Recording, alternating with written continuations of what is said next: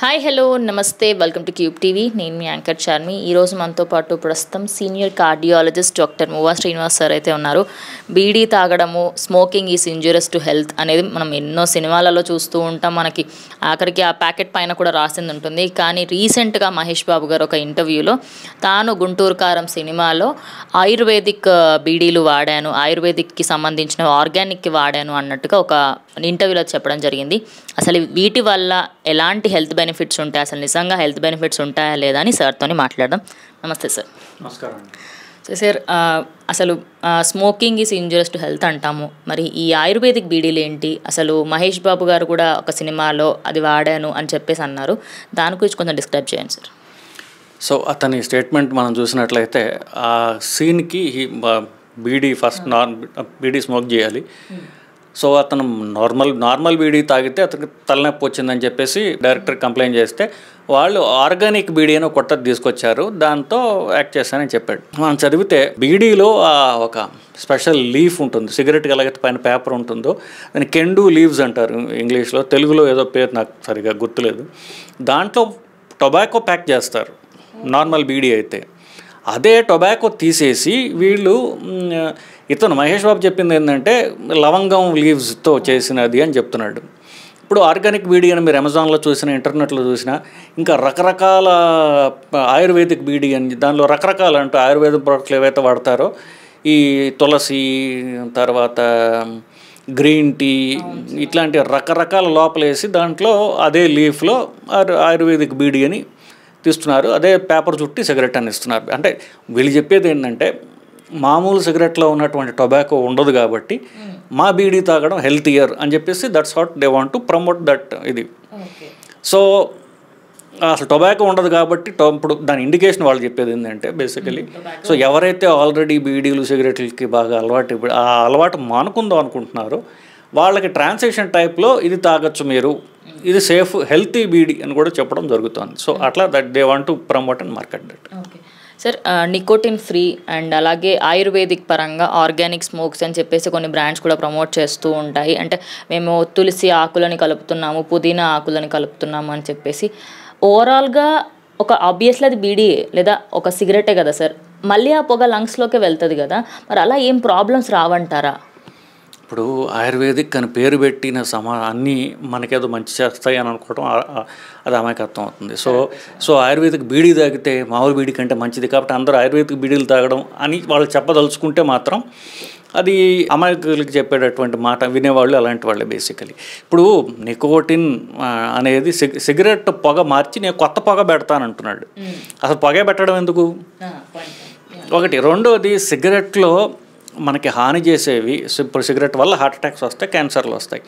ఈ రెండు వచ్చేది సిగరెట్ పొగ వల్ల వస్తుంది. అది అంటే టొబాకో నుంచి వచ్చిన పొగ వల్ల కార్బన్ మోనాక్సైడ్ అని అన్ని పొగల్లో ఉంటుంది. ఇప్పుడు ఎక్కడన్నా ఫైర్ యాక్సిడెంట్ అయిందనుకోండి, ఫైర్తో మనకి శరీరం కాలకల్లా ఆ పొగకి చాలామంది చచ్చిపోతారు. సో ఏ పొగ అయినా ఊపిరితిత్తులకి హానికరమే, ఏ పొగ వల్ల అయినా ప్రాణహాని కూడా సంభవించవచ్చు. సో నీకు టొబాకో పొగ తీసేసి ఒక ఆయుర్వేదిక్ పొగ పెడతానంటే ఆ పొగ వల్ల మనుషులు చచ్చిపోతున్నారు కదా మరి. సో ఆ పొగలో మీకు నికోటిన్ లేదు, ఆ పొగలో మీకు కోల్ తార్ అంటారు. అంటే ఇప్పుడు ఈ సిగరెట్ పొగలో ఉన్నటువంటి టొబాకో నుంచి వచ్చినటువంటి వాటిల్లో కొన్ని హానికరం ఉన్నాయి. అవి కాకుండా ఏ పొగకైనా కామన్ కొన్ని ఉన్నాయి, అది కార్బన్ మోనాక్సైడ్. హార్ట్ అటాక్లో వచ్చే కార్బన్ మోనాక్సైడ్ వల్ల. సో నేను ఆయుర్వేదిక్ బీడీ తాగుతాను లేకపోతే ఆయుర్వేదిక్ సిగరెట్ తాగుతాను అనుకుంటే అది దానివల్ల పెద్ద మీకు అడ్వాంటేజ్ ఏం లేదు. If you want kick the habit it's okay. అంటే నాకు సిగరెట్ నేను వదలలేకపోతున్నాను అనుకుంటే నికోటిన్ ఉండదు కాబట్టి ఇది కొంత ట్రాన్సాక్షన్ పనికొస్తుంది. కానీ అది కంటే ఇది మంచిది కాబట్టి ఇది తాగుతూ కంటిన్యూ చేస్తాను అనుకోవటం మాత్రం తప్పు కాన్సెప్ట్ అండి. సార్, అలాగే ఇంకొకటి ఎక్కువగా వైరల్ అవుతున్న టాపిక్ ఏంటి అంటే సిగరెట్స్ అనేటి ప్యాక్స్ మీద ఇట్స్ ఇంజూరియస్ టు హెల్త్, అంటే మీరు మీ భరోసా పైన తాగండి, ఇంకా మీకు ఏమైనా మాకు సంబంధం లేదని చెప్పి దానిపైన నోట్స్ ఉంటాయి. కానీ ఈ ఆర్గానిక్ వాటిపైన అది ఆయుర్వేదిక్ దానిపైన వీళ్ళు ఎలాంటి డిస్క్లైమర్ అయితే లేదు. అండ్ అందులో ఏమేమి ఇంగ్రీడియంట్స్ వాడారు అనేది ప్యాకెట్స్ వెనకాల రాసింది లేదు. చాలా రేర్ కేసెస్లో వాళ్ళు ఇంగ్రీడియంట్స్ని మెన్షన్ చేస్తున్నారు. మరి ఇది ఎక్కువ లాంగ్ టర్మ్లో తీసుకుంటే మళ్ళీ lung infections, heart attacks, cancers వచ్చే అవకాశాలు ఉంటాయి sir? Tobacco industry, cigarette industry 2 లక్షల కోట్ల ఇండస్ట్రీ అండి. Huge industry. దాని మీద ఇంత గవర్నమెంట్ దాన్ని తొక్కిపెట్టి దానికి ట్యాక్స్లు వేసి ఇంత చేస్తేనే కూడా ఇంత పెద్ద ఇండస్ట్రీ అది. సో దానికైతే అంత ఎక్కడ కనిపించేది హానికరం కాబట్టి గవర్నమెంట్ దాన్ని బ్యాన్ చేసింది. ఇవి అంత మార్కెట్ లేదు, వీటికి ఆయుర్వేదం కొత్తగా వస్తున్నాయి, అంత మార్కెట్ కూడా లేదు కాబట్టి దాని మీద ఇంకా గవర్నమెంట్ పెట్టలే. కానీ ఇప్పుడు ఈ సిగరెట్స్ అని వచ్చాయి కొంతకాలం, ఈ సిగరెట్స్ మీద గవర్నమెంట్ బ్యాన్ చేసింది. 2016లో గవర్నమెంట్ బ్యాన్ చేసింది, సెంట్రల్ గవర్నమెంట్. ఈ సిగరెట్ అంటే ఏమిటి, అది ఒక పెన్ లాగా ఉంటుంది, ప్లాస్టిక్ పెన్ లాగా ఉంటుంది. అది ఒట్టి నికోటిన్ ఒక్కటే ఉంటుంది, ఇంకేం ఉండదు. ఆర్టిఫిషియల్ పొగ అనమాట. అది ఒక క్యాటరేజ్, మీరు పెన్లో క్యాటరేజ్ ఉంటుంది చూస్తారు, అలాంటి క్యాటరేజ్ ఉంటుంది, ఒట్టి నికోటినే వస్తుంది. ఇన్ఫ్యాక్ట్ రీసెంట్ వీడియోలో ఒకసారి MS ధోని అది దాగి ఆ సిగరెట్ తాగుతుంటే చాలా just few days back social మీడియాలో చాలా ఇది వచ్చింది. సో ఈ సిగరెట్స్ని కూడా గవర్నమెంట్ బ్యాన్ చేసింది. అంటే మిగతా ఏమి లేకుండా ఒట్టి నికోటిన్నే ఉన్నటువంటి సిగరెట్లు కూడా బ్యాన్ చేసింది.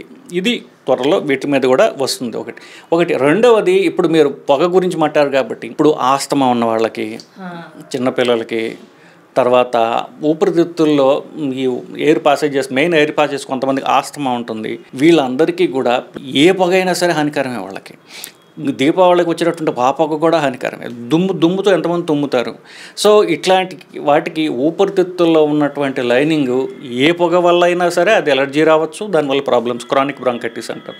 ఇప్పుడు మీరు ఢిల్లీ అలా ఏరియాస్లో ఎక్కడైతే విపరీతమైన పొల్యూషన్ ఉంటుందో ఊపిరితిత్తులు నల్లగా అయిపోతున్నాయని మొన్న ఒక వీడియో పెట్టాడు, ఒక ఊపిరితిత్తుల specialist, all India institute Delhi నుంచి. మరి దుమ్ము వల్ల వస్తుంది. ఇప్పుడు ఏ పొగ అయినా సరే, పొగలో పార్టికులేట్ మ్యాటర్ అంటారు, అంటే అది బూడిద అనమాట. సో అది ఏ పొగైనా ఉంటుంది కదా, ఏ పొగలో అయినా సరే మీకు బూడిద ఉంటుంది, పార్టికులేట్ మ్యాటర్ ఉంటుంది, కార్బన్ మోనాక్సైడ్ ఉంటాయి, ఈ సబ్స్టెన్స్ బర్న్ అవటంలో వచ్చిన అన్నీ ఉంటాయి దాంట్లో. సో ఊపిరితిత్తుల డ్యామేజ్ ఖచ్చితంగా జరుగుతుంది. మరి ఏ పొగైనా సరే జరుగుతుంది. సిగరెట్ అయితే కాస్త ఎక్కువ ఉంటుంది. ఓకే. సో సార్, అలాగే ఇప్పుడు లాస్ట్ టైం మనము నికోటిన్ ఫ్రీ సిగరెట్స్ పైన మాట్లాడినప్పుడు అమ్మాయిలు ఎక్కువగా ఇంట్రెస్ట్ చూపిస్తున్నారు. ఇంకా ఇప్పుడు మహేష్ బాబు గారు ఒక సీన్ కోసం నేను చేశాను అని చెప్తే, అది ఇంకా ఆయన చెప్పే విధానంలో కూడా చాలా నీట్గా, ఓకే చాలా హెల్దీ అన్నట్టుగానే చెప్పారు. ఆ వీడియో చూసిన వాళ్ళందరికీ ఇంకా ఇంట్రెస్ట్ అనేది ఎక్కువైపోయింది. నిజానికి కొద్ది రోజుల్లోనే చాలామంది ఇన్ఫ్లుయెన్సర్స్ దగ్గర నుంచి దీన్ని ప్రమోట్ చేస్తున్నారు. దీనిపైన మీరు ఏమంటారు సార్? ఇన్ఫ్యాక్ట్ యాక్చువల్లీ నేను ఒక స్టేట్మెంట్ చదివాను. అతను ఏం చెప్పాడంటే, ఫస్ట్ నార్మల్ సిగరెట్ తాగితే నాకు తలనొప్పి వచ్చింది, మైగ్రేన్ వచ్చింది, కాబట్టి ఇది అడిగాను, కానీ ఐఎమ్ నాట్ ప్రమోటింగ్ స్మోకింగ్. నేను స్మోకింగ్ ఎంకరేజ్ చేయను, అందరిని కూడా తాగొద్దనే చెప్తాను కానీ అని చెప్పి అతను ఎక్స్పీరియన్స్ చెప్పుకొచ్చాడు. సో అది పక్కన పెట్టి, అంటే ఇప్పుడు 1960sలో హాలీవుడ్లో స్టార్ట్ అయిందండి కౌబాయ్ మూవీస్లో సిగరెట్ తాగడం అనేది ఒక ఆల్ఫా మేల్ యాటిట్యూడ్ అని, అదేదో మ్యాన్లీనెస్ అని స్టార్ట్ అవడంతో అది మనకి కాపీ కొట్టి ఇంకా అలా వచ్చేసింది. సో ఇన్ఫ్యాక్ట్ ఈ రీసెంట్గా వచ్చిన యానిమల్ మూవీలో కూడా చూడండి, ప్రతి క్యారెక్టర్ సిగరెట్ తాగుతూనే ఉంటుంది. అది ఒక మ్యాన్లీనెస్ అన్నట్టుగా ఉన్న ఒక అది బిహేవియర్ అని చెప్పేసి ఒక ఇమేజ్ ప్రొజెక్ట్ చేశారు. ఎస్పెషల్లీ హాలీవుడ్ డైరెక్టర్, ఒక మేజర్ డైరెక్టర్, ఆయన సిగరెట్తోనే ఆ క్యాన్సర్తోనే పోయాడు ఆయన కూడా బేసిక్లీ. ఇన్ఫ్యాక్ట్ ఆ పేరు నాకు గుర్తు రావట్లా, Sharon Stone first movie, Basic Instinct director. అతను కంటిన్యూస్గా, షారన్ స్టోన్ ఆ సినిమాలో సిగరెట్ తాగుతుంది. So that director died of lung cancer. So ఇది ఫ్యాషనబుల్గా అనిపించవచ్చు కానీ దానివల్ల ఏ పొగైనా సరే అది హానికరమే.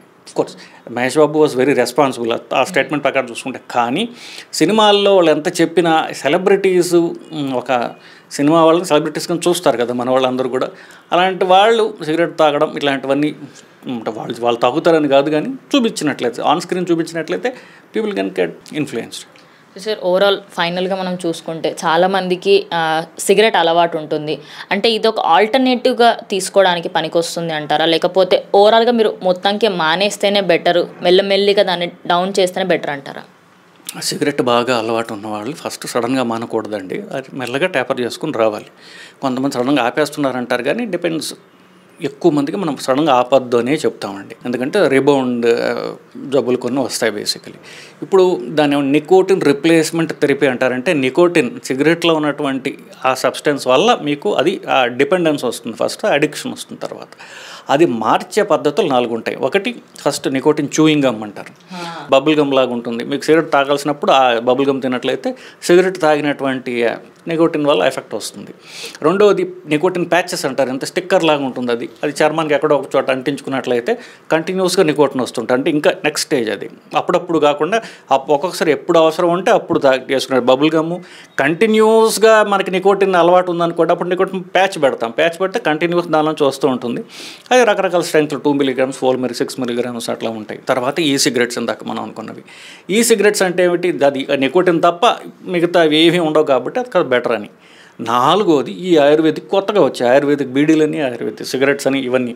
కానీ ఇవన్నీ కూడా మనం ఒక హ్యాబిట్ని వదులుచుకునే భాగంలో ఇవన్నీ చేస్తున్నాం. ఇప్పుడు ఈ సిగరెట్స్ ఎలా గవర్నమెంట్ ఫస్ట్ అలౌ చేశారు.